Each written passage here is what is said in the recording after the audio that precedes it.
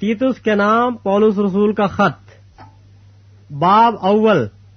Police کی طرف سے جو خدا کا بندہ اور یسوع مسیح کا رسول ہے، خدا کے برگزیدوں کے ایمان اور اس حق کی پہچان کے مطابق جو دینداری کے موافق ہے، اس ہمیشہ کی زندگی کی امید پر جس کا وعدہ ازل سے خدا نے کیا ہے، جو جھوٹ نہیں بول سکتا،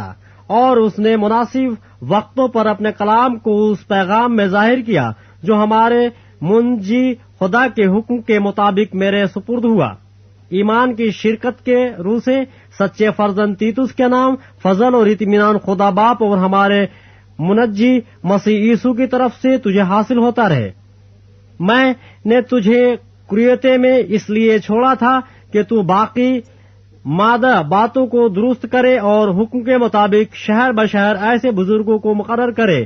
جو بے الزام اور ایک ایک بیوی کے شوہر ہوں، اور ان کے بچے ایماندار اور بد چلنی اور سرکشی کے الزام سے پاک ہوں،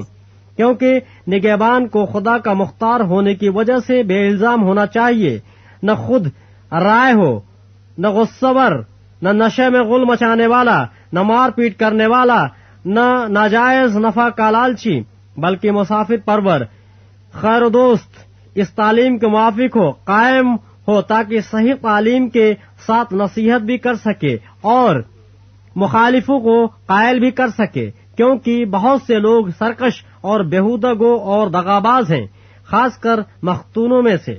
ان کا منہ بند کرنا چاہیے۔ یہ لوگ ناجائز نفع کی خاطر ناشائستہ باتیں سکھا کر گھر کے گھر تباہ کر دیتے ہیں۔ انہی میں سے ایک سخت نے کہا ہے، جو خاص ان کا نبی تھا، کہ کریتی ہمیشہ جھوٹے موذی جانور عہدی کھاؤ ہوتے ہیں۔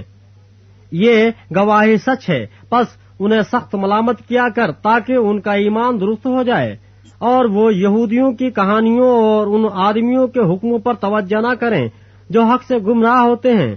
پاک لوگوں کے لیے سب چیزیں پاک ہیں، مگر گناہ آلودہ اور بے ایمان لوگوں کے لیے کچھ بھی پاک نہیں، بلکہ ان کی عقل اور دل دونوں گناہ آلودہ ہیں۔ وہ خدا کی پہچان کا دعویٰ تو کرتے ہیں،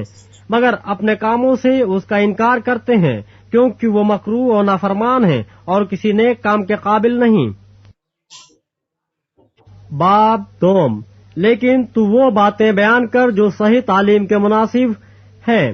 یعنی یہ کہ بوڑھے مرد پرہیزگار، سنجیدہ اور متقی ہوں، اور ان کا ایمان اور محبت اور صبر صحیح ہو۔ اسی طرح بوڑھی عورتوں کی بھی وضع مقدسوں کی سی ہو، تہمت لگانے والی اور زیادہ مے پینے میں مبتلا نہ ہو، بلکہ اچھی باتیں سکھانے والی ہوں، تاکہ جوان عورتوں کو سکھائیں کہ اپنے شوہروں کو پیار کریں، بچوں کو پیار کریں، اور متقی اور پاک دامن اور گھر کا کاروبار کرنے والی اور مہربان ہوں، اور اپنے اپنے شوہر کے تابع رہیں، تاکہ خدا کا کلام بدنام نہ ہو۔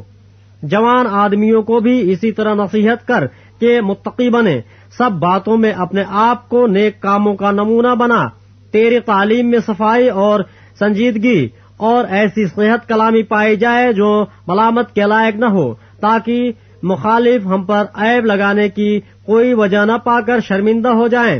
نوکروں کو نصیحت کر کہ اپنے مالکوں کے تابع رہیں اور سب باتوں میں انہیں خوش رکھیں اور ان کے حکم سے کچھ انکار نہ کریں، چوری چالاکی نہ کریں، بلکہ ہر طرح کی دیانتداری اچھی طرح ظاہر کریں، تاکہ